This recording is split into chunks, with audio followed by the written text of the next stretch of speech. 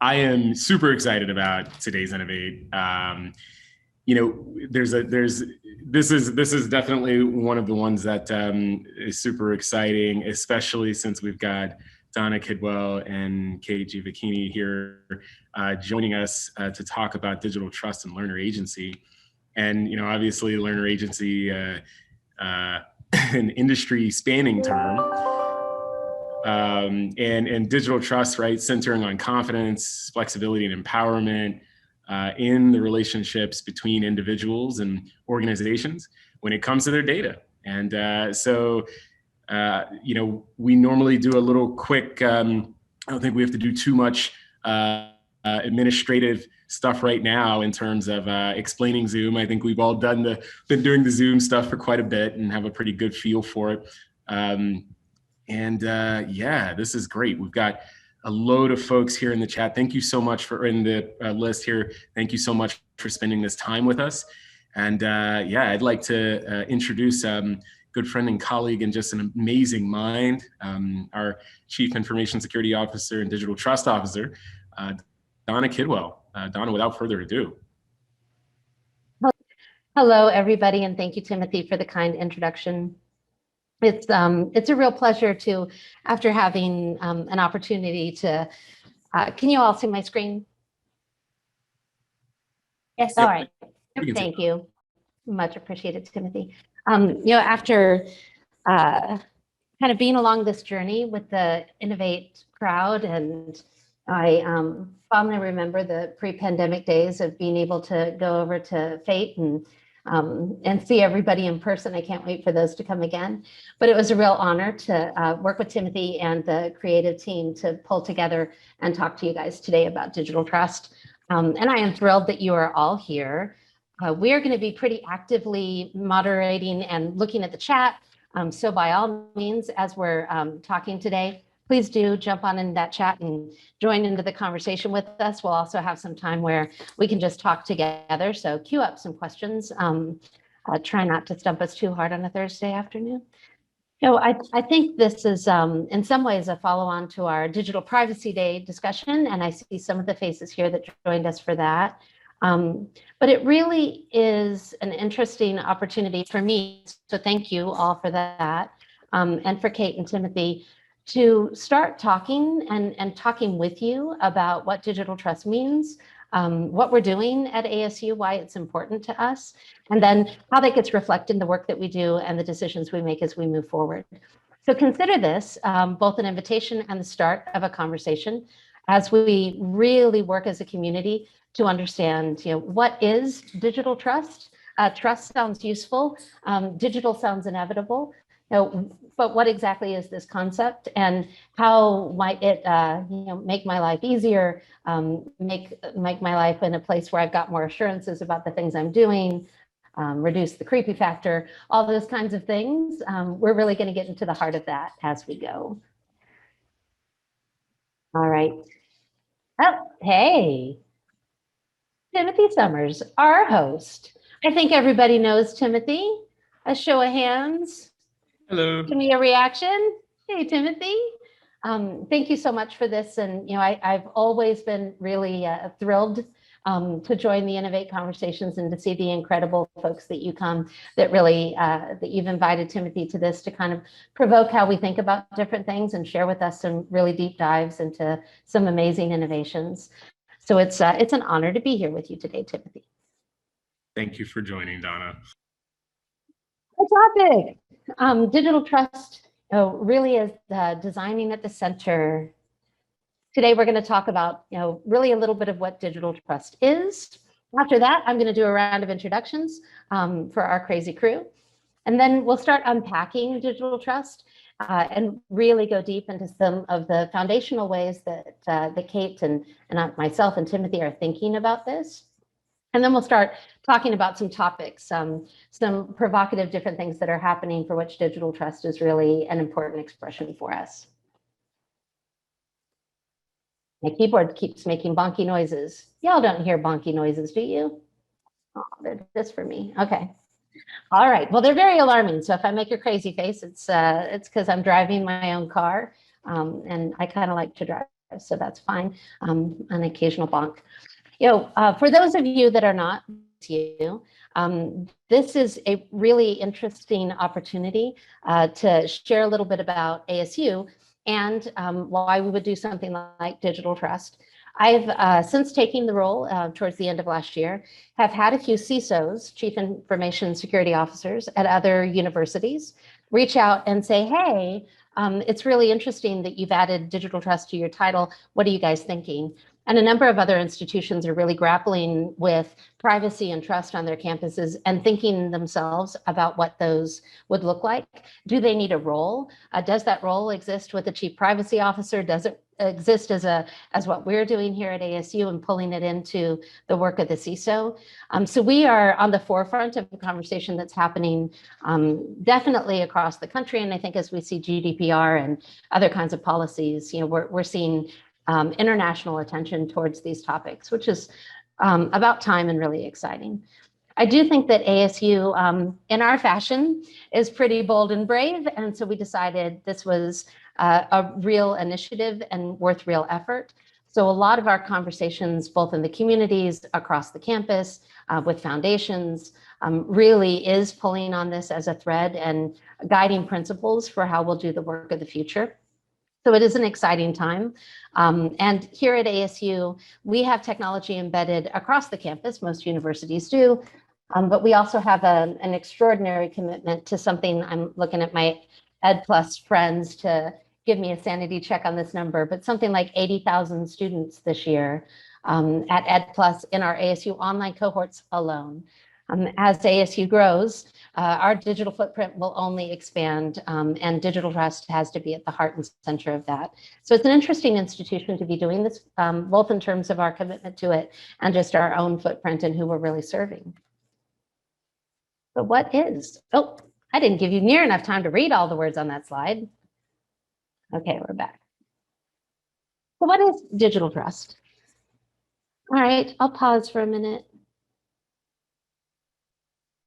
Nope, still not going to be enough time to read all the slides. We'll send you the slides later if you want to go back with a cup of tea, or it's almost happy hour. So pick a libation and read through these, and then give us some feedback on how we're articulating and thinking about it. Digital trust is something that's being talked about across the industry. You can Google it. The first company that I paid attention to that really had one was Airbnb. They had a chief digital trust officer. Former FBI who came in, and it's not hard to imagine why Airbnb would want one. That is a place where you are literally deciding to go into somebody else's home for a while.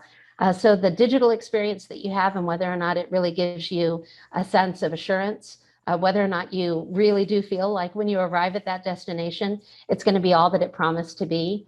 That all the information that you chose for making your decision actually then resulted in an experience that was a great one for you and an alternative. That's a big piece of it, that it was an alternative that was actually in some ways more joyous, more exploratory, maybe got to let you get to know a neighborhood as opposed to staying to the latest La Quinta. It's a real different space for Airbnb to be playing. Not only that, but they had the physical side of it too, because you were actually staying in somebody's home. So we saw this run of marketing technology spaces start talking about digital trust. And if you Google it, that's where you're going to see a lot of the early adopters in that conversation happening. There's somewhere in there where your digital experiences are helping you build confidence, where they're enabling you with a different kind of flexibility you had before, but it's a flexibility that you actually have faith in that's going to get you to a goal. And at its heart, these are empowering technologies. They're ones where you feel like you actually have more control. You get more choice, you get more opportunity to kind of present yourself or make decisions that are appropriate to you, all at the heart of digital trust. And it encompasses things. Which made it fun to partner with a traditional CISO kind of role, because certainly security is a huge piece of this. It's the foundations of whether or not we feel secure in the things that we're doing. Are they reliable? Do we have assurances about the data that we're giving to the university, for example, and that we're being good custodians of it? Or the systems, are they going to be up and ready for us when we need them? All that kind of stuff. But it goes outside of that to more experimental places that are driving really fast. Everything from our distributed ledger technologies, we'll talk about those a little bit later. Self-sovereign identity, which Timothy has brought Drummond Reed here to this community to talk to in depth, and so I'm very much looking forward to continuing our work and the conversation in that space. It's a pretty broad portfolio of things that it encompasses, everything from engineering to digital experiences themselves, all around the idea that we could design these experiences with an ethical underpinning, with a sense of what's the right thing to do, as opposed to just what can we do, and then keeping the learners and our faculty and our community at the center of all of those decisions. I think I went the wrong way. Now my team is saying, who told Donna she could drive? She sounded so confident. All right, so let's dig into some facts about digital trust. There's a beautiful chart here that's probably too small for many of you to read that runs through digital trust and how it compares across countries. It goes from Australia all the way to Vietnam, attitudes, behaviors, environments, and experiences. And if you see those highlights, those are outliers of particular places where trust is a challenge or where trust is shining high. Again, we can send these slides. If you're interested in this kind of stuff, Slack us, or if you're inside the ASU, or send us a tweet, and we can share with you some of the other kinds of places where this conversation is happening. But it is interesting to see that trust is a ubiquitous conversation across the globe, really, and how it's being expressed internationally. We're just a single, but very, very active and enthusiastic voice amongst a chorus of folks who are trying to figure this out. Ultimately, when we're talking about digital trust, digital is a modifier to the word trust. And trust is really our experiences between people. So everybody in this room, and what you take away as you're having this experience with us, all of that is a really human component of it, and a really important thing to have as a grounding principle. When we say that we are learner focused, we really, really, really mean it. And later you're going to get some expressions of that. One of the things that I think, as you're thinking through trust, is how it determines whether or not you actually get more value, more benefit, deeper and richer relationships, deeper and richer experiences on the other side of any particular engagement. So through this whole thing, we're taking an engineering, a software development perspective, and then digging down into that. I'm going to share with you one of my favorite expressions. Where'd it go? Oh, I'm not. Because Kate made a game time decision that we would move it to later. So I'm going to hold that thought. And let's meet the team. Yeah, this is me. It's lovely to meet you. If I haven't already, reach out to me on Twitter if we're not already connected. Let's keep that conversation going, but we won't talk about me very much. Hey. Hello, Kate. Hi, folks. Kate Giovacchini. As you can read here, I am a two-time Sun Devil and the daughter of two Sun Devils, so I'm so steeped in the culture, it's hard to escape.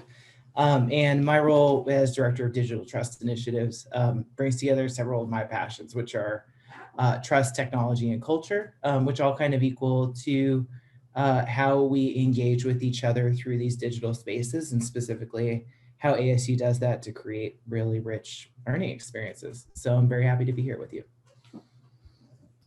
Thanks, Kate. And actually, Kate, this is my way of handing you the baton. This next set is all yours. Take it away. All right, fabulous. So Donna, if you would stop sharing, and everybody bear with me while I go through the process of now sharing my screen. We've all been on Zoom for about a year now, so it feels like any snafus are unforgivable, and yet they're still completely impossible to avoid. Let's see here. All right, are folks able to see my screen here? We looking pretty good? Yeah. All right, let me just get my chat up because I would love to do a little chatting with folks. So there it is. Okay, all right, so when I was brought onto the team, one of the primary questions that I had is, so what is digital trust, right? We all, I think, come with a certain set of expectations or a certain set of understandings of what trust is.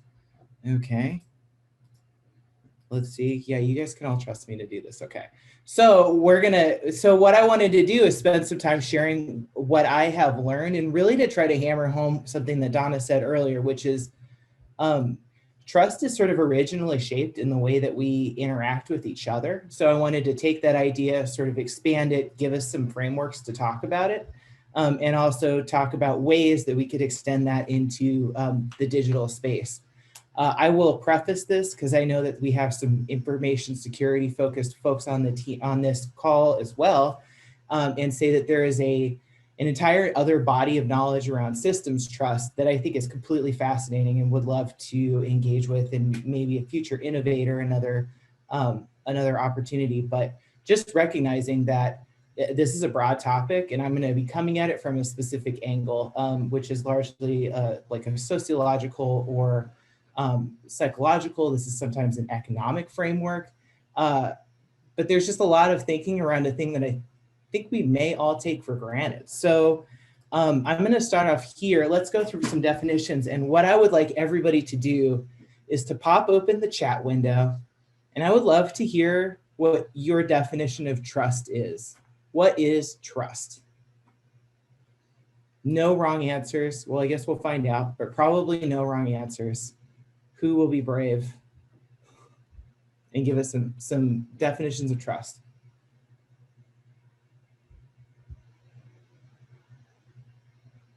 A safe space, belief in another's integrity. Ooh, agreed upon exchange of information with understanding that it will be protected. When you believe you're of a common understanding. Believing that disclosure would be respected, okay. Understanding and safety, we have respect here. Oh, see, these are fabulous. Reciprocal sharing of authentic ideas and feelings. These are incredible. All right. Acceptance that evidence and data provided is accurate and complete. See, this is already, we go off in some different interesting directions. I'm going to just briefly burden us with some dictionary definitions. Thank you, Oxford Languages. But this pulls out some interesting pieces here. So we have belief in reliability, truth. Okay, it's interesting to use truth inside of truth. Ability or strength. We have responsibility. We have ownership. We have beneficiaries, right? We have some language here about hopes and expectations, right? And it's also important to remember that trust is sort of two things, a noun and a verb, right? So when we're thinking about trust in action, we're thinking about believing, we're thinking about committing, we're having faith or confidence, placing reliance on. Dixon says, this is blindly assuming that big name companies will secure my data. Yes, that is truly an act of trust. And let me tell you about why. So this is a representation of what trust can kind of look like, right? So what we have here is we have a lot of different actors. Most of them are human, maybe a couple of them, they look institutional, right? We have a money sign, maybe that's a bank. This flag over here, Einstein's behind it, maybe that's a school, maybe that's a university. But the thing that we're seeing here is that is really primarily relationships, right? So I have put solid lines, dotted lines, and red lines here. Would anybody like to take a guess at what a dotted line or a red line might mean if we're talking about trust between individuals here?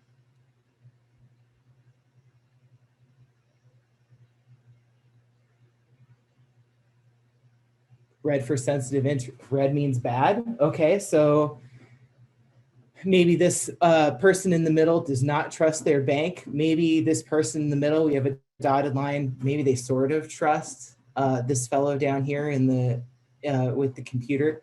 Okay, they may not be aware. Trust isn't verified. Implicit versus implied. Exactly. We were totally hitting on the sort of differences that we can experience in trust here. And that's without even providing a legend at all, right?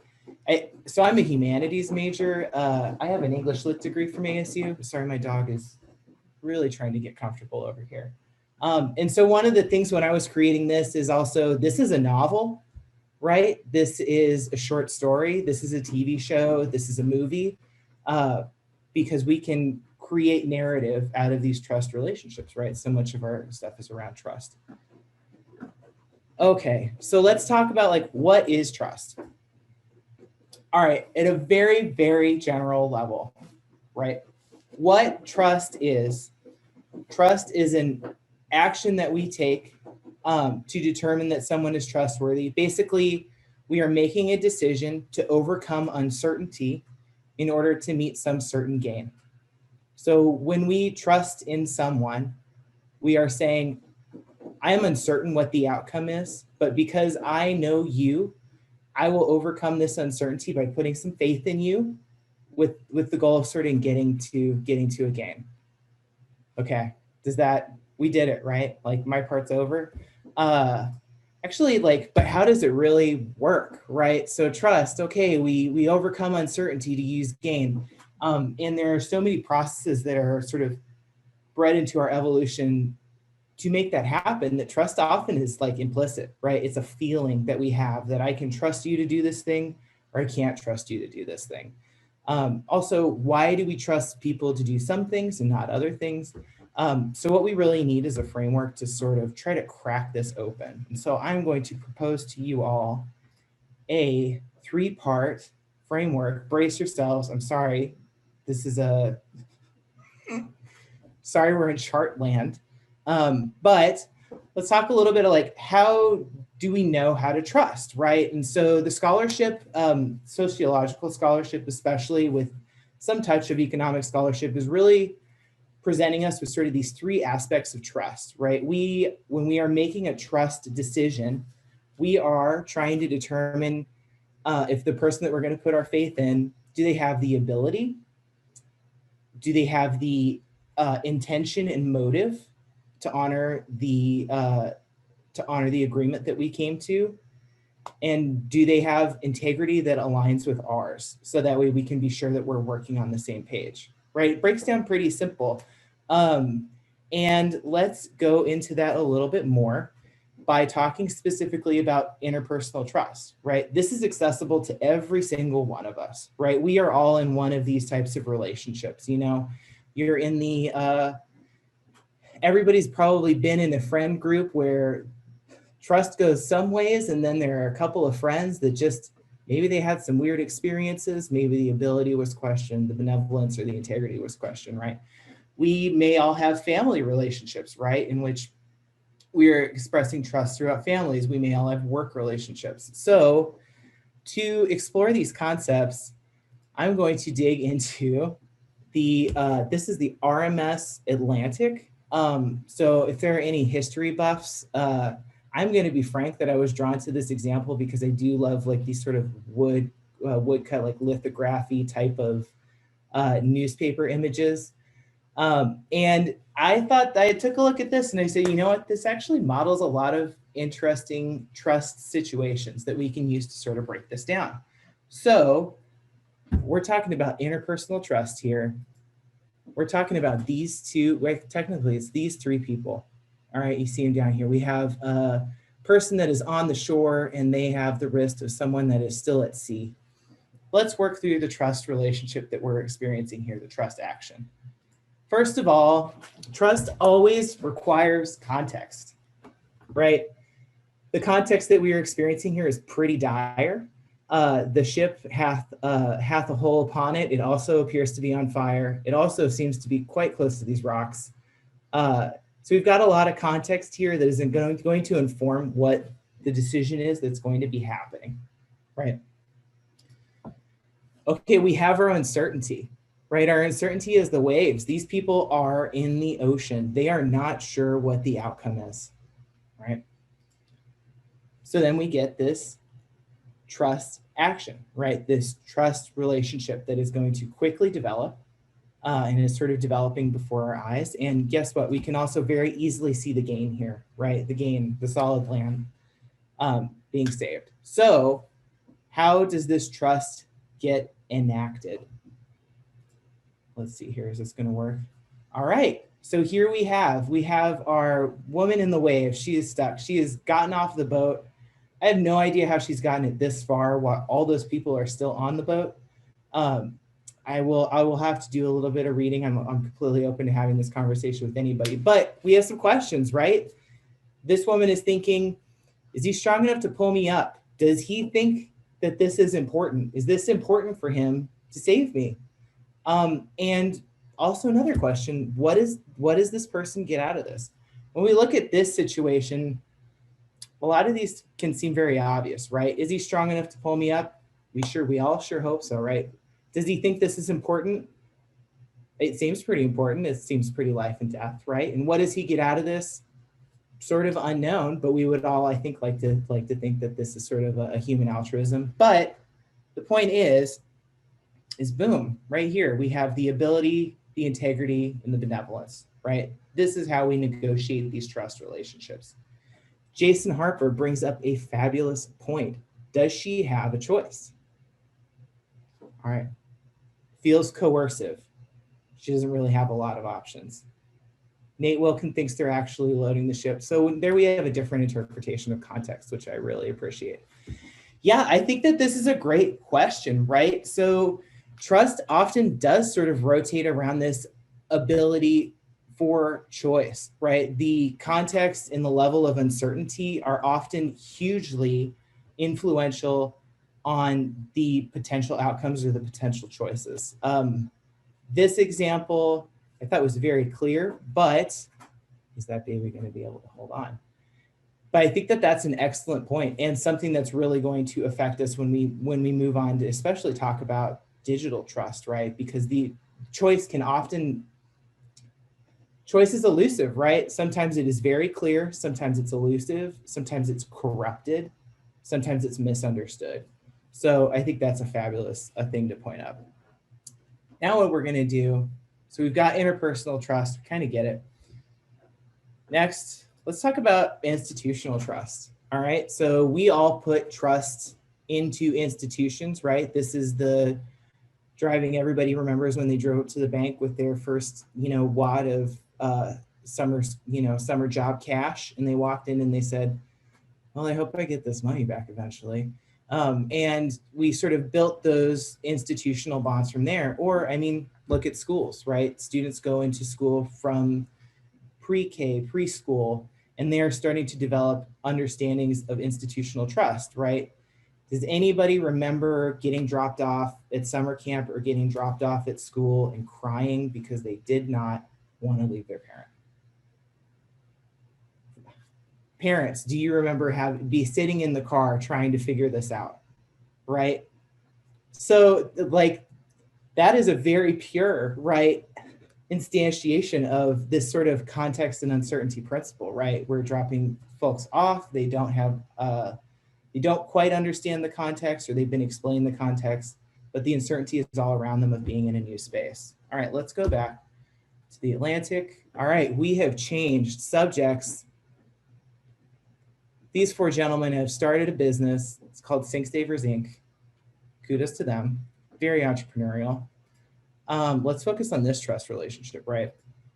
Okay, so we have the same stuff going on. We have our context, we have our uncertainty, we have our gain, and we have our trust relationship. Let's think about the different questions though, right? All right, so now we're into a situation. Are they strong enough to pull me up? Do they care about me? What do they get out of it, right? So now we're asking the person that is that is entering into the trust relationship, right? That is sort of starting up the trust relationship. Now they're in a position where they have to contend with sort of multiple entities, ability, integrity, and benevolence, right? This may explain why it is easier to trust the folks that work at your corner store, when you see those same three folks week after week when you're stopping to get your gas or to get your snacks, being able to lay eyes on those people, to see them, to see how they behave, to see how they act with other customers, right? But with institutions, there's often so many people. It makes this trust paradigm a little bit more difficult to navigate, right? So we're going from a direct relationship to proxy relationships. This person, this poor fella here, he may only see the person in the front. This gentleman with the striking cap and the dark jacket may not even see the fellas behind him, right? But institutional trust brings that sort of group, it's many to one type of relationship. Okay, let's make it more complicated. What about the digital part, right? So our previous very simple, this person likes this person but doesn't trust this person, becomes mediated by a bunch of different devices and technologies, right? So I don't know, I think the cell phone with the heart, maybe that's a social media piece, right? Down here we have ads, right? Data that goes to our ads. We can't quite understand where it goes to or where it comes from. Okay, Jennifer Wilkin. It may also transactionalize. I'm paying for this service. Does that change the trust dynamic, right? So this is a great, interesting economic question, right? So there is sort of and it's not just economists, but also sociologists will think about this, right? There is a way to think about trust in which we are only interested in jumping into trust relationships because they are transactions, right? Because there's an expectation of outcome from both sides, right? So I trust Donna with my dollar with the expectation that she's gonna go get me a soda at the store. So I give Donna the dollar, I'm expecting the soda.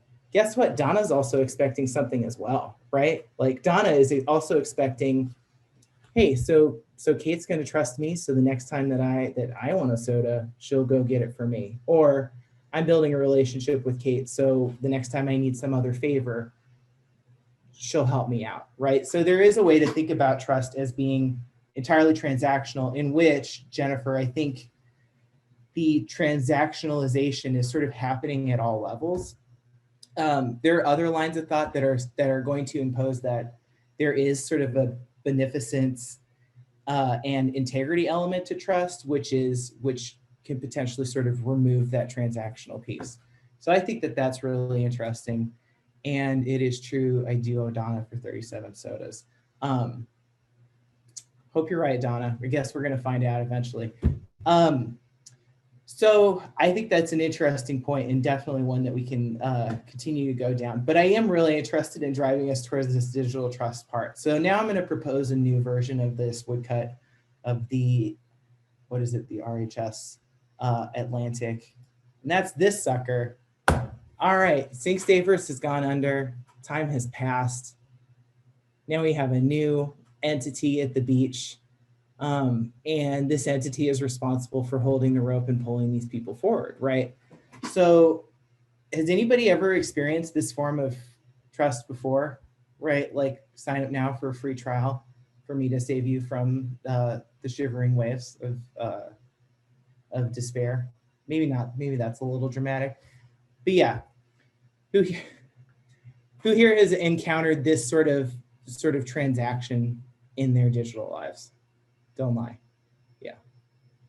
Classroom management application for teachers. Okay, maybe some other examples.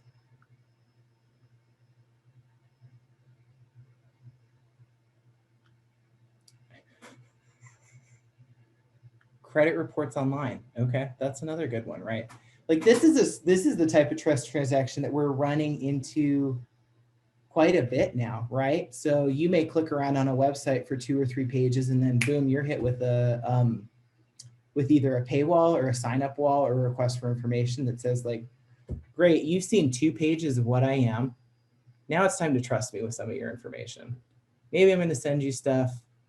Maybe I'm going to send it once a week. Maybe I'm going to send you things 3 times a day. Yeah, the freemium model. Okay, research, any app you install on your phone, 100%. Yeah, John says, we still trust by advertising using golden retriever puppies. Let's write that down. That's really good. So we get into a place where, okay, so we've gone from is this person that I can see and physically identify to these people, and I can kind of see them and kind of identify them, to Is it strong enough to pull me up? Does it care about me? What does it get out of this? We are totally removed from all of the things that evolution has taught us and given us the tools for around trust, right? That's why I spent a lot of time trying to figure out if I could make this big black box look like a machine or a little factory, but ended up on the black box because a lot of times that's exactly what it feels like. So I think what we're really driving to is, and of course, here we have our ability, our integrity, and our benevolence pieces, right? So, I mean, that's the point, right? Digital trust is harder than trust. We go from the tools that we have here, right? And we all know those tools, right? We have knowledge, we have previous experience, we have the transparency that we gain from one-to-one or group interactions, right? We have an opportunity for negotiation and dialogue, right? I get to ask you some questions before I ask you to go, before I give you my dollar. We also have selective disclosure. You know, I could give $1 and say, this is the amount of money that I have for you, but I could be holding back a 20 in my wallet, right? There's this opportunity for selective disclosure. So we go from that piece, from the tools that we have here, to a lot of different and sort of what feel like novel experiences, I think, for the everyday person. And it's also worth noting that these happen a lot more often, right? But the types of things that we run into, novel experiences or entities, just general questions. How does this work? Like, how did the thing that I Googled follow me onto Facebook as a targeted ad 5 days later? How about the thing that I said while I was near my voice activated phone or I was near my Alexa? Like, how is that being advertised to me? Is it? There's a lot of folklore that's developed around that, right?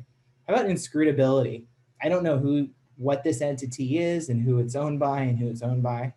How about the all or nothing disclosure, right? Or the all or nothing consent. Hey, if you want to use our website, you better check this box. Otherwise, we're just not going to allow you to move forward. There's no opportunity for the types of discourse and negotiation that you get. We also have stuff like email addresses, right? The empty contact at entity.com if you have questions or concerns or, hey, I think you did me wrong. So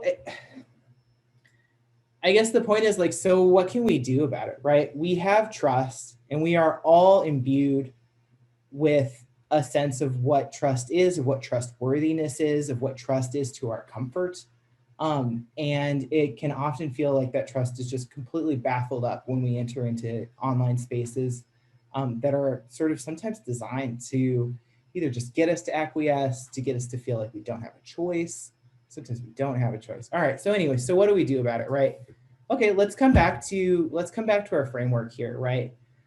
If we determine trust and trustworthiness based on ability, on integrity and benevolence, maybe that gives us a new set of questions. And to tie this into ASU and into what we're talking about with digital trust, I think this is one of the things that we need to work towards, right? Is helping to empower folks. Either, I guess there's lots of ways that we can do that, right? We can empower folks by reducing uncertainty, right? If the pitfall trap is a lot narrower, then we're risking less, right? We could do it by being clear about our ability, about our integrity and our benevolence. And we can also do it by helping folks to understand, like, what are the types of questions that I can use to translate the trust that I understand personally to trust in digital and online spaces. So ability, right? These are the questions we're asking. Have you built a safe environment for all the data I'm giving you? Do you have a robust security posture to protect my data from threats, right? When you build or buy new technologies, do they align with security, ethics, and sustainability policies that I agree with, right? So maybe you have the absolute best security posture possible, but it is entirely powered by, I don't know, you have to cut down rare trees and just feed them directly into an infernal machine. And somehow that magically makes the most amazing zero trust environment possible. That's cool. Maybe I don't agree with that, right? What about integrity? Okay. Do you do what you say you're going to do? Do your principles align with mine? Does your idea of privacy align with mine? And do you adopt and follow through on a code of ethics that outlines your relationship with me? And do I agree with that, right? Do I agree on the terms that we're going to engage with each other?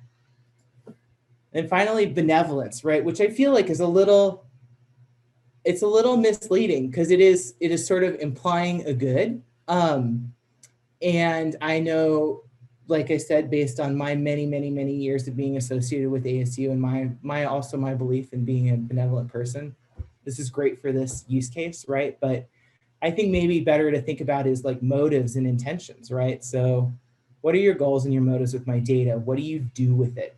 Can I see what data you've collected about me? Will you help me interpret it so I understand what it means?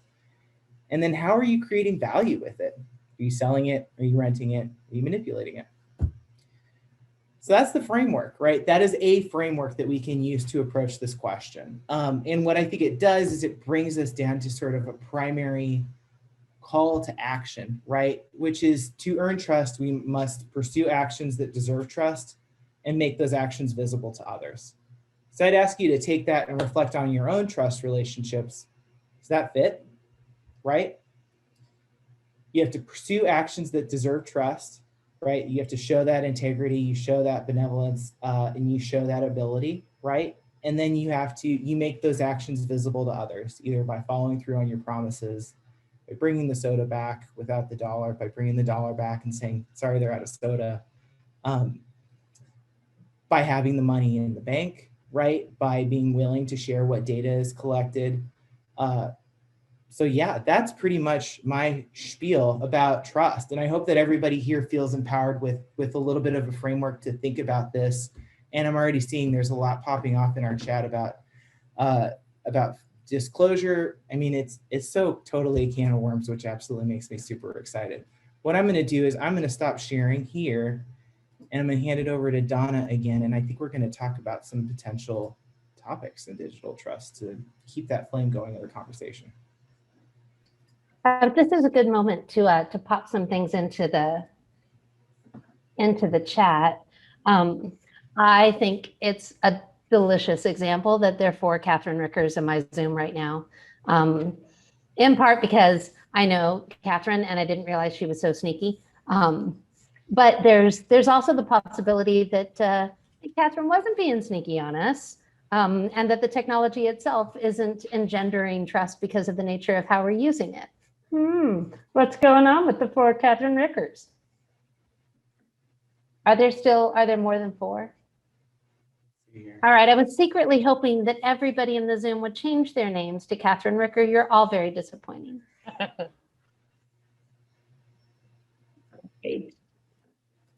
My last name's close enough. Yeah. That's true. Totally true. Hey, Kate, while I'm playing around with slides, how's our chat doing? We're doing great. We're talking a little bit about disclosure. Jennifer is pointing out who is the you in these slides. I will clarify the royal you. And she points out it's interesting that we're back to personalizing after abstracting and largely dehumanizing digital. Yeah, it's tough because, I mean, the other piece of it was getting a haircut yesterday, actually, and the woman that was cutting my hair was a student at a community college in town, right? And so we ended up in a conversation where she was talking about the institution as like a sort of dehumanized it and had her feelings about it, right? And based on my subject position, all I can think about is, like, I find myself defending the institution, right? And saying like, oh yeah, it sounds like they were having a hard time with this. And I'm saying they because I'm picturing a registrar's team. I'm picturing some folks in, like, you know, student business services that are clicking on sending out, you know, late tuition reminders. So I think that that's it's an interesting point, right? I think that's almost is the point, is that negotiation between the humanization and the dehumanization that we are kind of experiencing in the digital space, and how I think porous those two identities can be, right? In fact, I wonder if an institution is especially exceptional and trustworthy if it sort of elevates itself from a dehumanized position into sort of a warm, royal you that feels like a person to us, right? Because that institution fulfills its promises to us and provides us with the opportunity for agency in the right places and transparency in the right places. I think that's a fabulous, fabulous point. Let's talk about some of those places.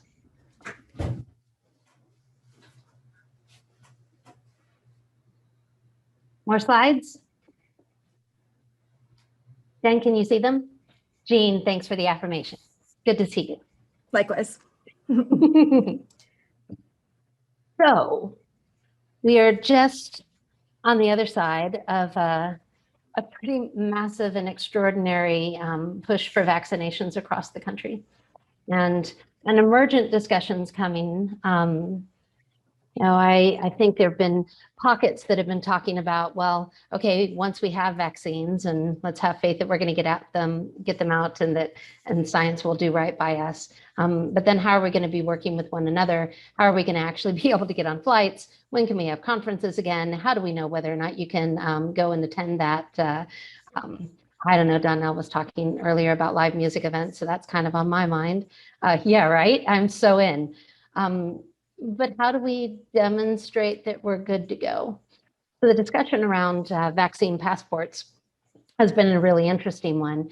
And like we all need yet another app or yet another mechanism to start showing around. I don't know about your phone, but I have to scroll through a lot of apps. Okay, that probably says more about how many apps I sign up for. But it becomes kind of unmanageable. And as we think about more and more of them, what really is the relationship and how much of our lives is being spent managing all these crazy things? When what we really want to do is make sure that everyone feels comfortable when we go to a bowling alley, that we're going to be able to play a game together and we're going to do fine. And that putting on bowling shoes, it's okay for me to be sitting next to a stranger because we're all in a good place. I haven't been bowling in a while. That's Bonnie LeBlanc's fault. She's the one who's got me thinking about bowling. So this is a really interesting challenge, and it's one that country by country, we're going to very likely see all sorts of alternative responses to. Campuses are talking about it as we're trying to think of what's it like to come back to campuses. And this isn't really the easy old days of measles, mumps, and rubella and tetanus. Where you could just show up and you had, I don't know, a yellow card, a blue card, maybe you had 3 or 4 cards that your vaccine records were spread upon because you went to different doctors, and so you don't have one card that's got all the records. But at some point you get those over to the school so that you're good to go in the dorm. Now we're going to have an influx and frankly booster shots, complicated mix of which vaccines are being taken and potentially different rules around them. So this is a particularly very timely one. Kind of feel like I have to say, cover your date of birth if you post a beautiful selfie with you and your coronavirus vaccination card, because we don't need to give away more information than we've already got out there. But on the other hand, like, why not celebrate it? I am pretty excited to see the influx and wave of folks on my social media that are vaccinated, and in 2 weeks, I could actually get together with them, and that would be amazing. So I do want to celebrate the moment. I do want to share the moment and just be thoughtful about the process by which we're doing it. And what's Facebook going to do with all those photographs of vaccine cards? This is one of my favorite examples. This is an art installation by the really incredible Dima Yarovinsky. What Dima's done here is printed out the terms of service. This is circa 2018. So I've actually seen some discussions that update this. These pieces of paper would be longer now, because as we understand GDPR, as we get better and better at figuring out how to protect, and as we, and in that case, I'm talking about these companies and providers of these applications. The technically correct one is that god-awful long pink one, hello Instagram. Over 17,000 words. It would take the average reader, and we're not all average readers, 2 hours to read that entire terms of service. Is it legally correct? Yes. Instagram's probably in the best coverage. They're probably disclosing the most of the crazy stuff that they have in mind. But are you going to read it? Probably not. No. Probably not. And even the short one is, a yawn fest. There are some, all right, I am so sorry if there are any attorneys here and I've just offended you. They're riveting. And you should at least read one once. Okay, but couldn't we make this better? Jump in, Kate.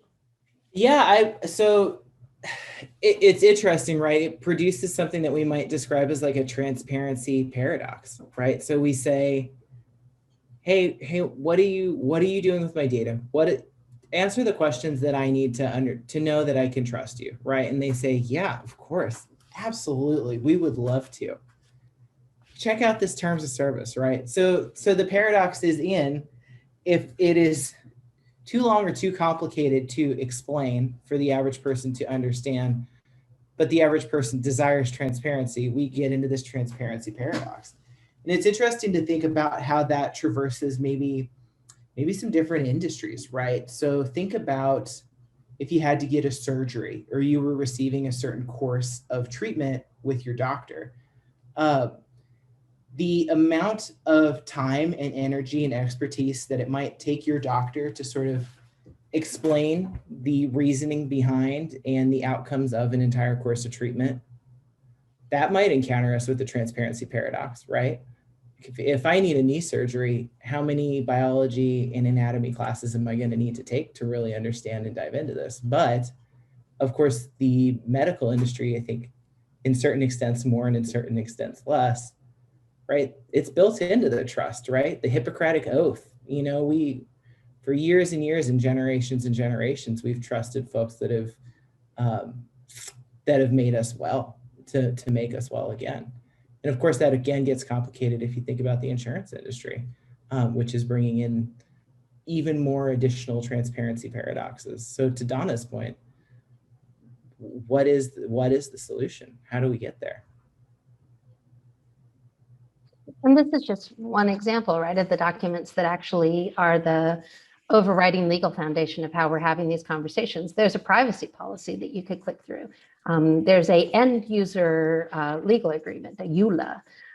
If you were to pull together the EULAs and the terms of service and the privacy policies, for, I don't know, just the apps that you use in the hour after you leave the Zoom, I guess I'll see you in a week or so and we can, we can compare notes, but it's a pretty interesting challenge. And as a university, I think we have a really unique opportunity to say, okay, there's some legal constraints here. There's some real regulations. There's real policy, real standards in place. Frankly, we're used to these things. Like that moment where you click the box, do you even think about it anymore? I mean, I've been reading, well, I haven't been reading everything that I've been typing. Some of this is, kind of idiot savant. I've just been going. And now I've got another book I've got to read. Thanks, Donna. I really needed another book I needed to read. But like, how do we actually make all of these things something that in those moments, in that moment of engagement, when you click the box, you do have a chance to say, hey, and by the way, if you'd like to understand what we're going to do with that data, here's you could actually read this. In fact, you could scan it, and in 30 seconds, you'd have, pretty much the gut reaction of what we're going to use your data for. And maybe even a block box where you could say, I am good with 5 of those things, but one of those, I'm not cool with that. But the others are okay. And then the ability to actually manage that as you were traversing the rest of the experience. We do see examples of that, but they are way too few. And I think we're still figuring out the language of how to express those things in simple, concise, clear, and relevant terms. Relevance makes a lot of difference. You may have something that this big old terms of service is referring to that is a particular case. It might be a path you go down. They're covering it just in case you went to that part of Facebook, and you never go to the Facebook marketplace, so you don't care about that. Not relevant to your experience, but certainly something that you've already made some kind of promise and agreement to. This stuff gets really, really interesting.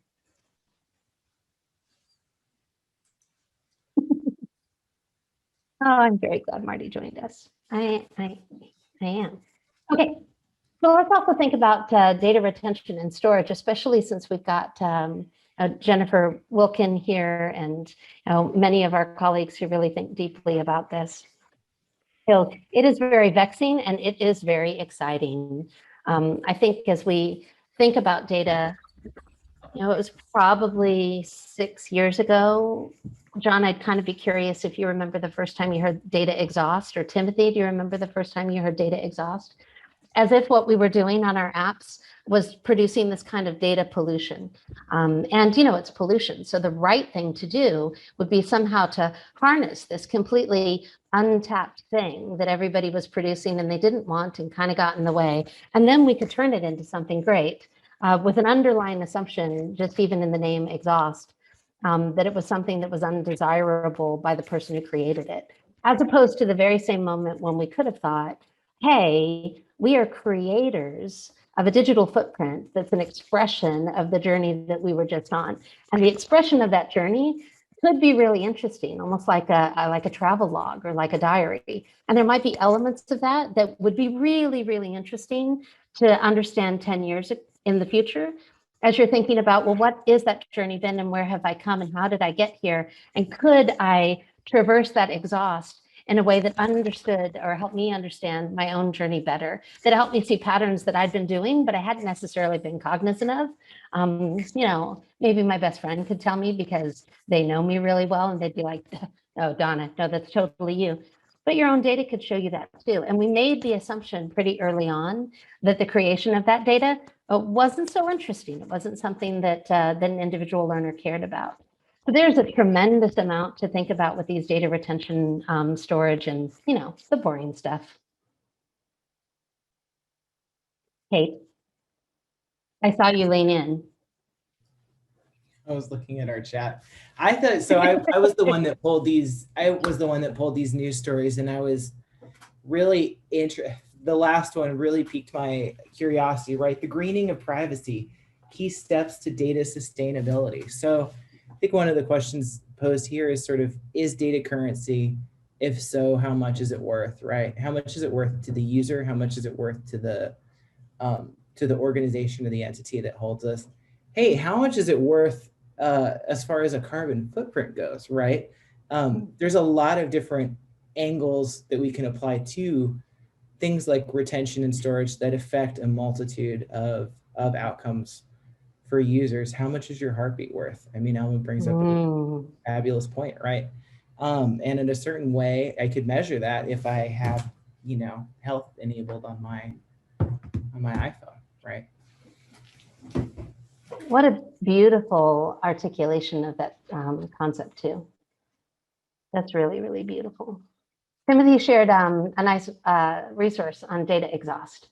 So while you're not paying attention to us, go read it and then come back and ask us questions and we'll pull Timothy in. So another great example, as and especially a campus like ASU, where we've got student projects and we've got faculty that are really interested in understanding the changing nature of smart cities, understanding what these technologies could really do to make our lives easier, is the emergence of more and more IoT devices, Internet of Things devices on the campus. And that brings all sorts of interesting questions too. Darnell's here. He could tell us, maybe list one of the most interesting things as you've been looking at this. Like, what do you have to worry about in a security review when you're talking about a camera? And it has, these are brand new companies, often startup companies. They probably don't have a SOC 2.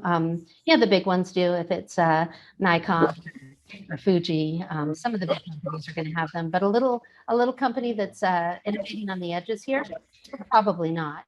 So how much have they really thought about facial recognition? And then when they make statements about the cameras not taking a picture of your face, Zach has seen some of these technologies actually being suggested and considered on campus. Like, what are the sets of considerations that we need to make, and how can we help across the campus, our partners, think quickly about these, understand the right set of questions to ask the vendors, and could we actually go into relationships with them that help shape what those things were, that created projects where we got to prove that out, got to have pilot opportunities to then actually interrogate that, expose that in interesting ways to our students and say, hey guys, now what does this really mean to you? How do you really feel about it? Did you know that this was possible? And now that it's possible, what would you do with it? Lots of interesting both opportunities and areas of caution, and something just like security cameras on campus. I'm watching the Elma really wants to talk about Bitcoins. But before that, let's talk about chatbots. So this is another really fun, but also I think interesting place to go. The first time in higher ed that I got to talk to a team who had rolled out a chatbot. This was in Georgia. Georgia State decided that they were going to hunker down. I would say this is about, let's say it's 2016 that this happened. If you Google Georgia State and Pounce chatbot, you can correct me on the date, but I'm going to guess it was 2016. And they were doing some really interesting work to try to address summer melt. And one of the things that I found, by the way, it worked beautifully, and they showed remarkable numbers in being able to reduce summer melt. Summer melt is the drop off between a student's saying, hey, I got accepted, and then the act of enrolling and actually attending. So that melt is the experience that, say, a high school senior has between the moment when they're accepted and then the point of enrollment. And different universities have all sorts of ways that they think about what this melt is and how they're going to alleviate it. So in Georgia's experience, they found that these chatbots really helped. But the biggest takeaway that I had from it that was surprising to me was that the students actually felt safer talking to a bot about something that they thought was a stupid question. It is okay to ask a question about your application or about the FAFSA if you do not feel judged by the person that you're having to talk to. It's easy, it's relatively low friction to actually have that question go out into the world. And you don't have to feel like, didn't your high school guidance counselor have this conversation with you? Didn't you go and read all of the pages on the FAFSA when you signed up? We sent you 7 emails. Weren't those completely clear? No, and nobody reads emails anyway. That's not true. I read every email. Please email me. I'll read it. But is that the most effective way to be reaching out to our recently graduated high school students who, by the way, probably have other plans from the summer? The chatbot proved to be really effective, but what's more is this trust that those learners had in a bot to ask questions that they would have felt awkward if they asked an actual human to answer. That's fascinating. So many great things to learn here. All right, I'm going to stop for a minute. Kate, how's our chat? It's looking great. We got some excellent Reddit posts about a someone that swore a lot at Sunny and then got contacted by a person member, right? Yeah. Said, hey, okay? And they said, disregard everything I just said. Very interesting, right? Boundaries that we'll experience with chatbot. Who am I talking to? When am I talking to a human? When am I talking to a chatbot? And to your point, what are the questions that we feel better asking a robot that's not gonna provide any sort of judgment? Thought that there was interesting. The mental health technology is really threatening for chatbots in general, and sort of what does that mean to us? And we are getting better and better at things like sentiment analysis, at discourse analytics, at being able to watch longitudinally over Twitter feeds. In fact, there's really interesting work in suicide prevention from groups that are really trying to understand social media and expressions that could lead towards indicators that someone might need some help, and how to catch those and really reach out in appropriate ways that are respectful. Respect's a huge part of that conversation. But how fascinating that we're actually being able to do that kind of sentiment and discourse analytics, and also what a challenge is it to bring ethics and respect and a real appreciation, a genuine empathy. And frankly, that stuff takes time. The technology itself is taking years to get to the place where it's mature enough that we can actually deploy it, much less our ability to understand deeply how and when and where to deploy it. I remember early on, thinking about Facebook and their style when they just, I'm not a big fan, but they'll just shift the interface on you. And sometimes pretty drastically. So it's almost as if they're experimenting on you to see whether or not, does this work? Does this work? Did you click on that? Did I get you to do this?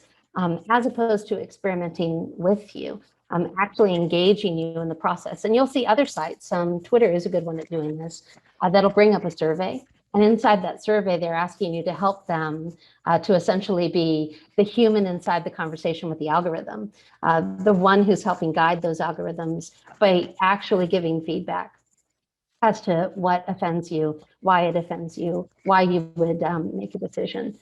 So we're getting better at even the techniques for how to have the conversation and understand better how to build digital trust.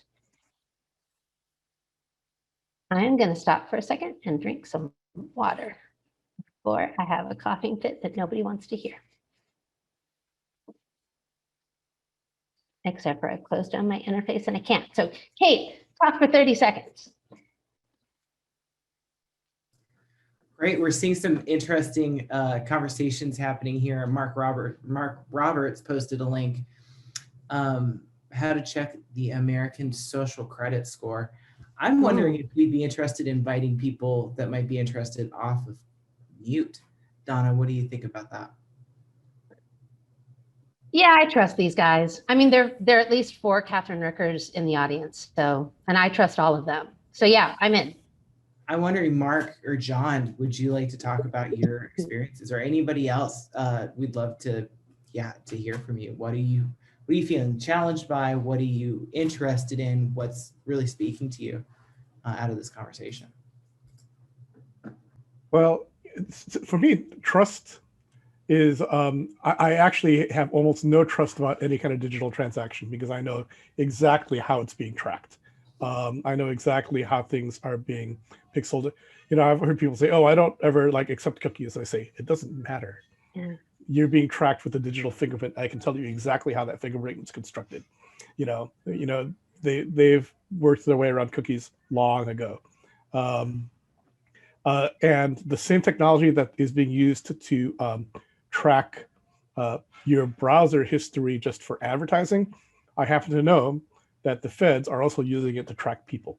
I was actually approached once, and I don't know if it was out of the blue or if they had tracked me, but I was literally sitting at a bar at a hotel in Nashville, you know, eating hot wings when 2 guys came up to me who had been sitting at the bar. They were FBI guys working on using, you know, basically advertising tracking technology to track people's activities and categorize them and create audiences of bad guys basically on the internet. So there's no, if you are using a browser, you're being tracked by everybody, including the government, as we know. So, you know, we sort of kind of have to bend that level of trust, but it's really interesting, you know, to try to figure out, like,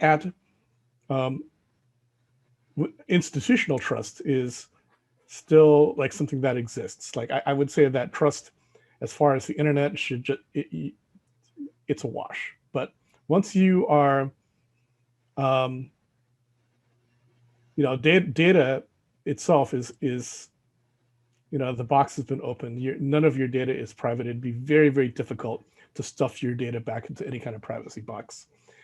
But there are other things that still haven't really been exposed yet, like you know, your learning records and things like that. That's not public yet.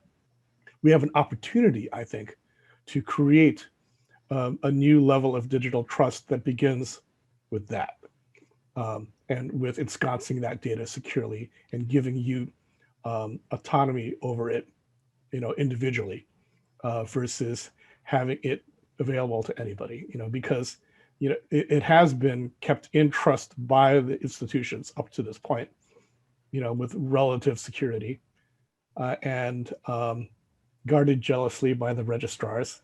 And I think it's, you know, it is an opportunity to create a new model, right? So I'm really excited by that, because the genie's out of the bottle for almost everything else about you, except this one little piece that still remains, you know. And if we could just preserve that and then maybe grow that as, you know, the seedling into a broader set of data for the future, maybe my granddaughter will actually have control over her data. You know, John, I love what you're saying there. And for the team that doesn't know, John's background is Pocket, and Timothy Summers, Dr. Summers, pulled together the Pocket team, I don't know, sometime late last summer in the fall, doing incredible work to help us innovate in this space. So, you know, a little bit of kudos to Timothy and John, and kind of Kate too, because you're part of this effort too, to pull everything together and help us figure out our first expressions of it. You know, John, I love having your granddaughter in mind. And I love the idea that as we develop this, we could set a set of expectations. We could lead by example of what you might expect an institution and how you might expect that institution to treat you. Now, we now have an opportunity across the relationship that you have with ASU, which you know might be learning credentials today and athletics this weekend, and you know art later on. You know, it's going to be a really varied experience. And if we can take these moments and actually set the tone, just show an example of how this could be done, then you'd have a different way of then saying, hey, that site didn't treat me with the respect that my university did. I'm being disrespected. And you'd have something to bounce that off, as opposed to no one actively thinking about how we create these and passively accepting the design. So I think that's a really interesting both responsibility and opportunity, and super appreciate your team and all of the background and wisdom that you guys are bringing to this. I think something that brings us back to that transparency paradox is John, the years of training and the years of your experience, I'm assuming, were the primary teachers for you about how your data traverses the internet. Would you say that that's true? Yeah, that's absolutely the case. I worked for a company that ran some of the very first Facebook ads ever. And I will tell you that Facebook had absolutely no respect for your individual privacy in the early days until people caught on to as to what they were doing. We could show ads that used your friends' pictures and names in them in those days. I mean, it was that bad. We could scrape all your personal data. I had this thing that ran by that showed all the people with their names and their faces of who was looking, and locations, who was actually looking at our ads at any given moment in time. Like, oh, look, it looks like it's all British housewives right now looking at the ads. You know, it's like that's how bad it was. And it actually hasn't gotten any better in reality. It's just all under the hood now. So. Yeah, and it was, I'm sorry, Kate. No, please. Yeah, I remember those days and feeling in different environments, you know, responded to this differently. But there was a tremendous sense of empowerment on behalf of digital marketers or on behalf of advertising teams. They super felt empowered. And very often when I was in these rooms, it wasn't a maybe a little bit of it wasn't a lot of evil scientists or you know ne'er-do-wells, but a genuine, oh my gosh, I'm going to be able to understand much better, and I won't be blasting out a bunch of noise. I can do micro-targeting. I can think about drip campaigns that have different kinds of sensitivity components to them.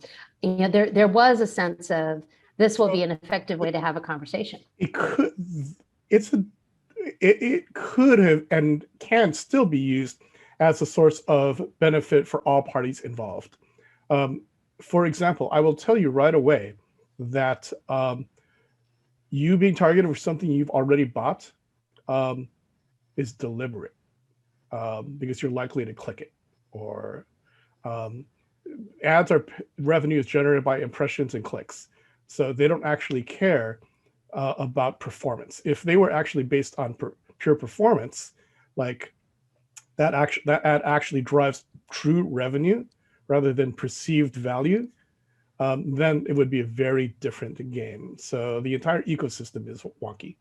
Plus, it's super abused too. I blame Google for everything. If you knew what was going on, you know, it also destroys everyone's internet experience. The average website, about 10% of it is actually content, and 90% of the processing and the weight of everything is advertising. Every page you go to, 10% content, 90% ads, as far as processing content. So just, you know, it's really shallow. Use Brave. Get rid of all those ads. Well, and I'd be curious in the chat to hear, more expressions of where you might be realizing you've seen this. It's also kind of annoying when you just purchased something a week ago and they're showing it to you again. And you're like, dude, I bought the thing. I am not going to buy another 2-person tent. No, not gonna do it. And you know what? They actually know that you did, but Yeah, they don't care. yeah. They actually, trust me, I know there's That's right. a purchase pixel that fires. So everybody who's running that ad knows that you've bought it, but they don't care. They don't care.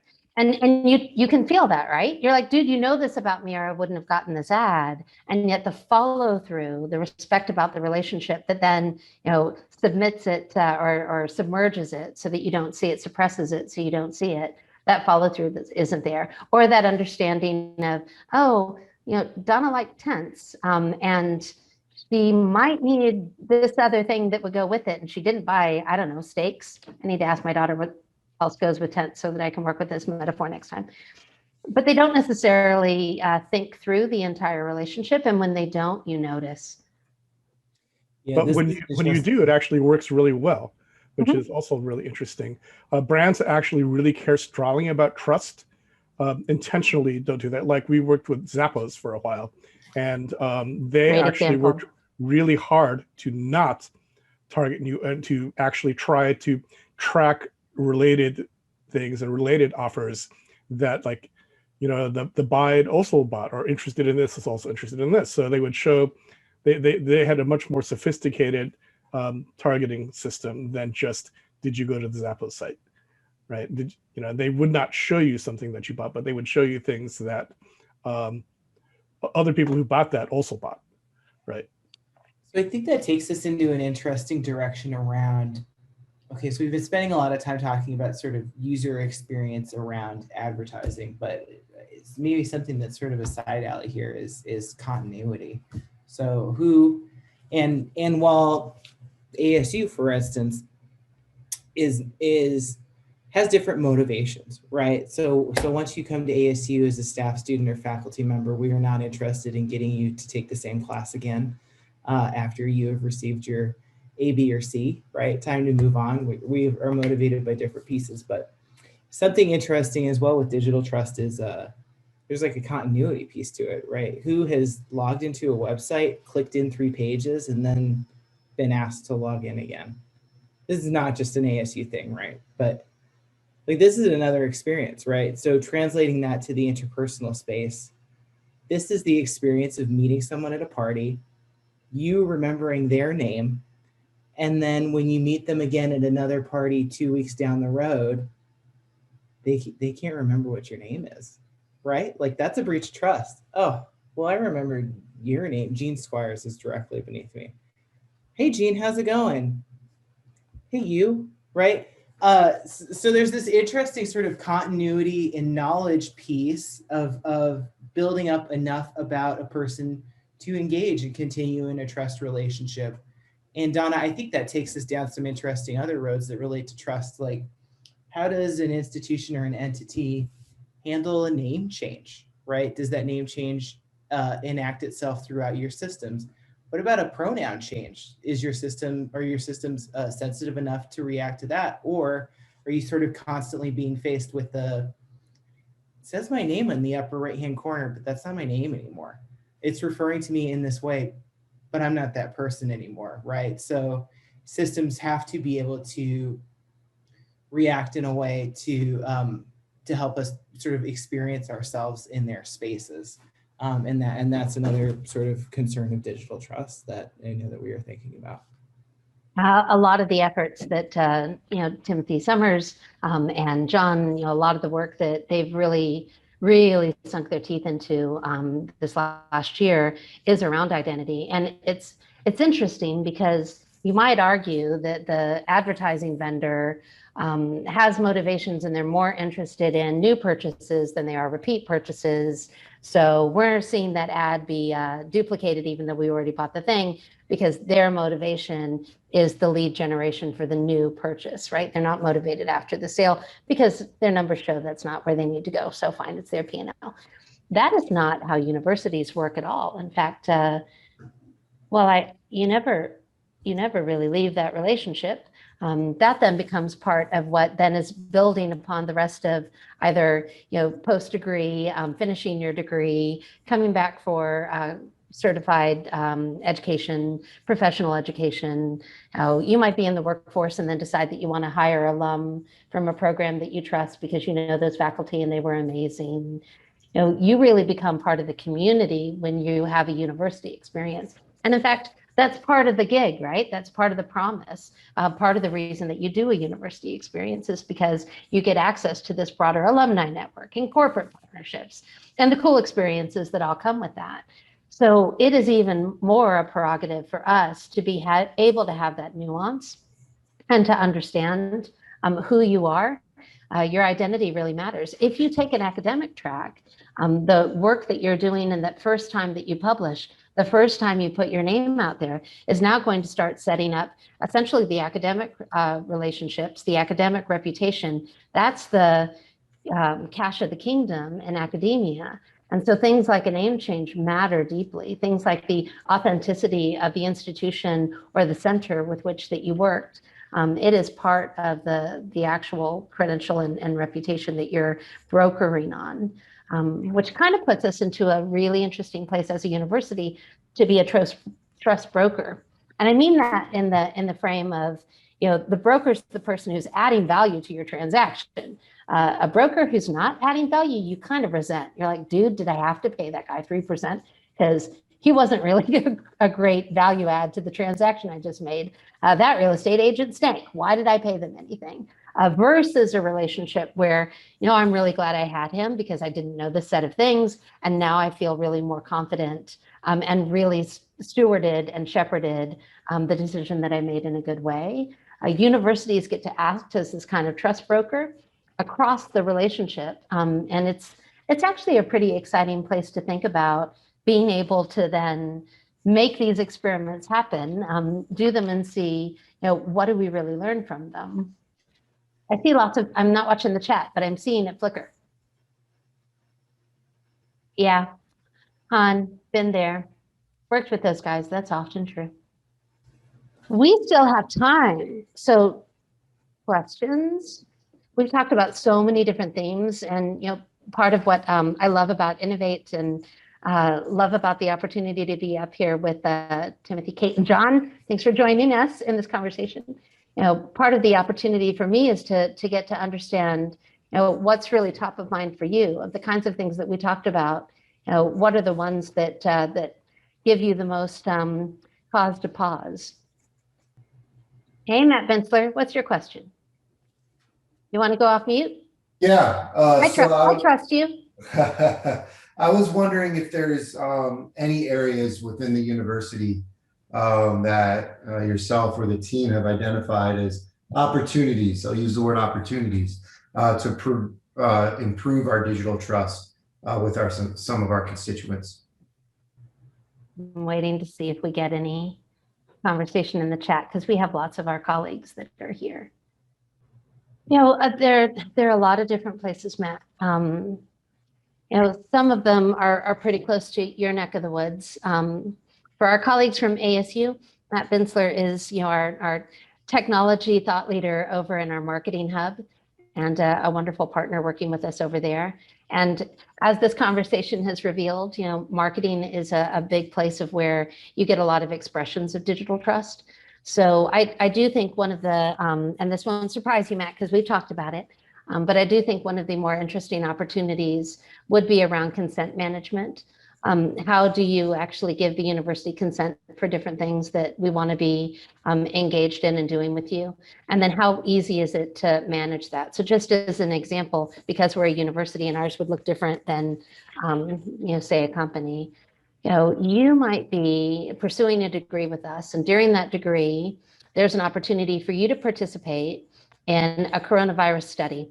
We've got studies running right now around antibodies. And so if you've been part of the university community, you've been vaccinated either here or in the city, and now you want to be part of research that's happening at the university around antibodies and trying to understand what's going to happen in the next 6 months and how do we stay ahead of the coronavirus and the challenges it's bringing us. then you could opt in for conversations around that. You could opt in to be part of research around that, both research in terms of behavioral research and actual scientific research that might actually be testing your own antibodies, which you can do right now, and being part of our understanding of that. So here's an opportunity to both think about a conversation with biodesign about what they're learning and getting data and newsletters and first information from them about what we're learning. But then there's a different consent that you would give if you're actually participating in a clinical trial or you're participating in an antibody research project. So consent management that allows us to be able to have you make those decisions and then say, no, I'm kind of good. I'm done with that particular experiment that I've been participating in. I want to go work on something else. We don't have a way to pull together both the research community, our marketing communities, our athletics communities, things that you might sign up for if you're part of a club. We're just such a wild and wonderful universe of those kinds of things that consent management is one of the more interesting ones for me. It's also one where we'll be able to draw upon the many Catherine Rickers, your colleagues over at the Hub, people in the financial aid office, folks over in athletics. So it's also an interesting topic to help us understand a little bit better, who is it that we're actually serving and how, because it would touch in a bunch of different places. So that's one. Do my colleagues have anything else that comes in mind? Or Matt, do you have thoughts on that one? Because it is pretty near and dear to the kind of work you do. Yeah, I think in a lot of what you shared here, there's so much on the user experience side of things and understanding how different constituents interact with us at different times. A student is going to have a different level of experience or type of experience than maybe a donor or an alumni or fan. So I think understanding all the various different constituents that interact with the university is so important, and being able to provide various solutions for them. But that's also where the complexity comes in, right? Because we try to do a one box fits all type solution. And that's where I think trust can get gray because it becomes not personal. And I think that's the level of kind of the digital trust that is a challenge. And Jennifer brought up a great point. Hello, Jennifer Wilkin. I can't see you, but I know you're there. The opportunity to think through our internal data, of which we've got a lot in a lot of different systems, that's being managed in a lot of different ways, and to partner then with external communications. That alignment, similarly to whether or not when I purchased the tent a week later, I was still being sold the tent. Those are opportunities for us to actually build trust with our community that we really do know and that we're listening.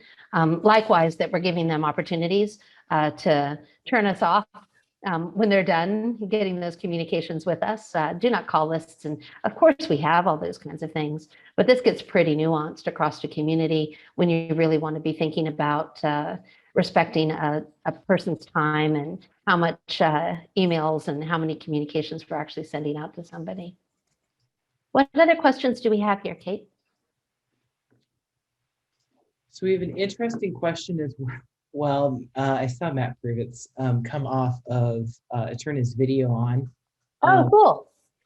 Not just a question, it's an interesting. But your sidekick is gone. That's disappointing. Well, it's bedtime, so yeah, we Okay. tucked him in, did our night construction site, and now we're back here. So. Oh, good deal. Did he leave the stickers with you? Yeah, there's at least 3 more on me, and he got me pretty good with the stickers. So. Okay, well that's a demonstration of trust. I dig it. I think that the question was around relationships in 2 ways: philanthropy. Because again, when you're a foundation trying to raise funds or distribute funds, both of those rely on trust, right? Both in the transfer of that in and then the distribution of it out. I think the other one is strategic partners / vendors where you're exchanging and creating IP all the time. And having a dad that's a college professor, he talks about students from certain parts of the world where intellectual property isn't really a concept that matters, right? But here it is, right? So if you're talking about organizations that are national or international, you have to think about what rules of the road do they play by, right? As you're co-developing intellectual property or as you're working with one another, what are some of the trust relationships that are necessary there? So just thought those were a little bit different way to look at this, but it applies to ASU because of where it is and where it's going.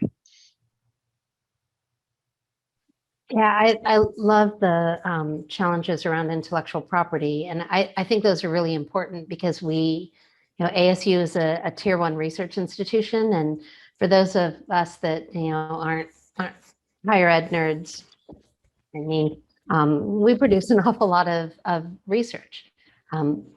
We have cameras on Mars that watch the helicopter. Like how cool is that? So we're producing, pretty incredible imagery just in that case on the moon and on Mars.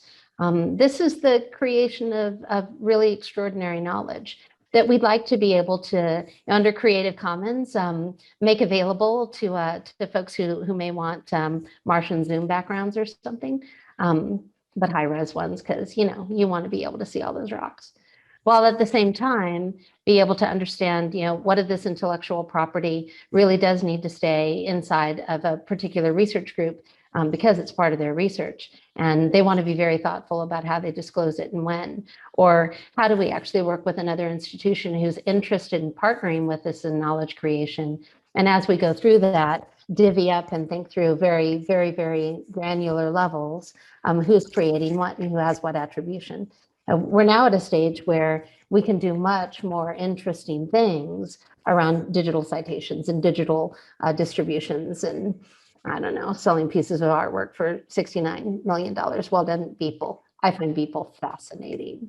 But what are the implications in a knowledge producing organization like us to be able to quickly learn from those and quickly understand how to then harness them in a way that frankly won't put us where the music industry was when artists and creators kind of lost their opportunity, or where, for a long time, the industry itself didn't necessarily respect the contribution of session artists.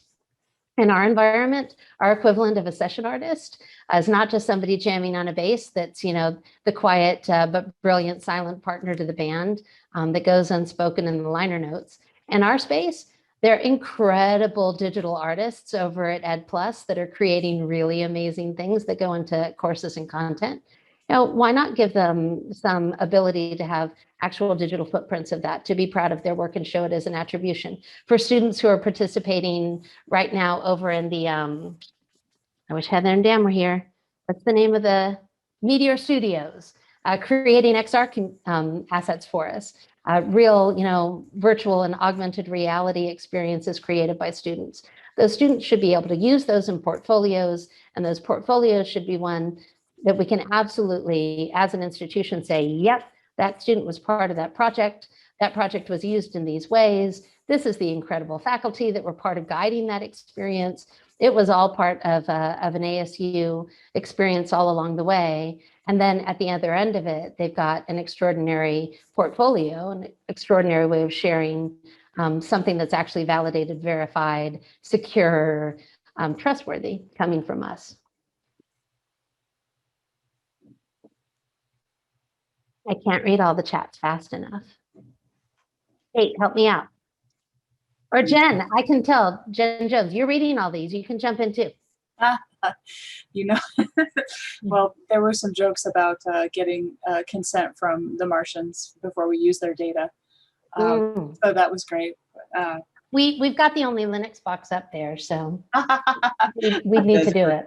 Does it request your information if they engage with it, right? So is there a tiny screen, and if a celestial body presses on it, does it say, hey, you want to learn more? Can we have your email address, please? Do you agree to the terms and conditions? Sure. Interacting with our robot on the moon, yeah, on Mars. Jen, you brought up an interesting point earlier as well about sort of digital experience for prospective students. I'm wondering if you want to. Yeah, there's just some interesting work. I'm sure that some people know about this already, but at Ed Plus, the creative team is working on soft profiles, and it's something that they're going to be implementing on ASU Online. And I just think that's fascinating. And as a student, how much better would you feel if you went to a website at ASU and it said, hi Donna, or hi Kate, last time you were looking at architecture. Are you still interested in this field, or would you like to look at these other things that we offer in a similar, I'm not sure about the complexity yet for soft profiles, but I think that's the direction that we're going to be able to go with it. And it's fascinating. There's something important about friction, right? So friction is a term that will come up with user design and user experience. And friction is also something that comes up with digital trust as well, right? So high friction relationships, we tend to have less trust in than low friction relationships. This is the, hey, will you get me a soda from the store? Are there 10 questions that have to follow that about which store, which soda, which size, by when, for whom, right? That may be a high friction relationship versus, yeah, cool, I'm heading there right now, low friction. And Jen, what you're pointing at is that sort of being able to meet people where they're at and being able to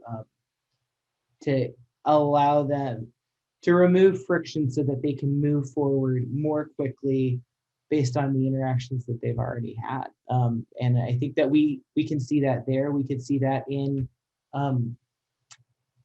cookie designations, right? That are remembered, ironically, through cookies from browser interaction to browser interaction, right? So do I have to keep saying stop using tracking cookies on me? Or do I just have to say that once and then we don't have to have that conversation anymore, me and the property that I'm working with?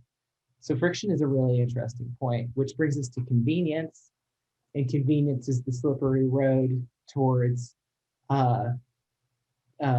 giving up, right? The nihilism of all my data is already out there, so why should I bother? But maybe we don't want to go down that road at 5:40 right at the second. I do think that the work that we're embarking on, offers a really interesting opportunity for a different kind of partnership across the campus, where we can pull, folks who are working and have been working on GDPR and privacy, and folks that have been working on governance and trying to understand things like data retention, alongside our colleagues that are doing the UX and UI and creating learning experiences, so that we can start thinking about these infrastructure pieces, thinking about that data, thinking about how we're managing all of this, while at the same time leveraging it to do things like asymmetrical design. Basically, if you're on your phone, that experience might ask for different things, might show you different things, might treat you differently than if you're on a browser and you're in a big device. Or if you've got an opportunity to do this in partnership with, say, Uber. We've got lots of ASU students that have come to us out of the relationship with Uber. And the Uber drivers have their own app, they have their own environment. As a rider, I have my own app and environment.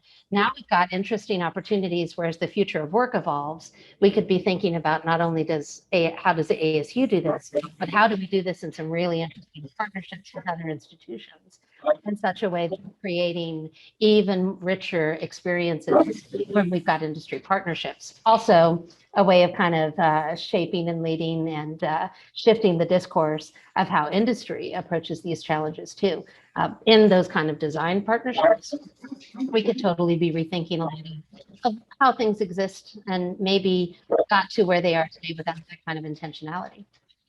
It's 5:39. My dog trusts that I'm going to feed her. 5:42. I'm overdue to feed her. That's why she's barking. So Timothy, should we wrap up here, you think? Yeah, this has been fantastic conversation and questions. I mean, this is totally a great time to wrap up. Kate, Donna, if you guys are ready. Ready. Yeah, sure. Fantastic. Well, this was awesome. I mean, frankly, just the discussion and just the amount of questions that we got and just the amount of interest, just super exciting. I just want to thank first up, my amazing colleagues, Donna and Kate. Thank you so much. This was awesome. The engagement was through the roof. And just thank you everyone for joining us tonight. This was just amazing. Thank you also to the children that joined us as well. Nothing more exciting than digital trust. And Donna, it is definitely time to go feed the dog, right? Absolutely. I so appreciate the opportunity, Timothy, to be here with you and to really be thinking deeply about this stuff with you and Pocket and John, your team. I just really appreciate it, Timothy. And to everyone, I do hope that you see this as the kind of start of the conversation with us. And on that note, like all this talk about marketing, I can't stop without a moment of promotion, I suppose. Sam's left, so she wouldn't scold me until after she watched the video. But Timothy and Kate and myself and our amazing colleagues at UTO are putting on a Digital Trust Summit. So come join us in June, where lots more of this conversation will be happening. It's going to be a really interesting mix of conversations, building on the kinds of things we had today and diving deep into a bunch of things that we kind of popcorned around today. Those of you who've been part of the ASU community know that we work with a lot of cybersecurity vendors and our Partner to Protect community. They'll all be here. And so there will be a really interesting conversation of security issues and cybersecurity alongside digital trust. We'll be talking about for individuals, and so share with anybody that you know that might be interested in how could digital trust impact your career. So big themes on that. You'll probably hear more from us on that as part of the Innov8 community. We'll be reaching out, and we'd love for you to be part of the conversation as we continue. Thank you so much, Donna, for talking about the Digital Trust Summit. We're so excited about that. And Kate, I know you were showing the images earlier, the newspaper images. I too love those. So thank you so much for using that. Well, guys, it's already 5:45. Thanks so much for joining us. And I hope you guys have a fantastic rest of your evening. Thank you. And Thanks, y'all. Thank you very much. Thanks, everyone. Thank you. Thanks, everybody. Bye. Thank you.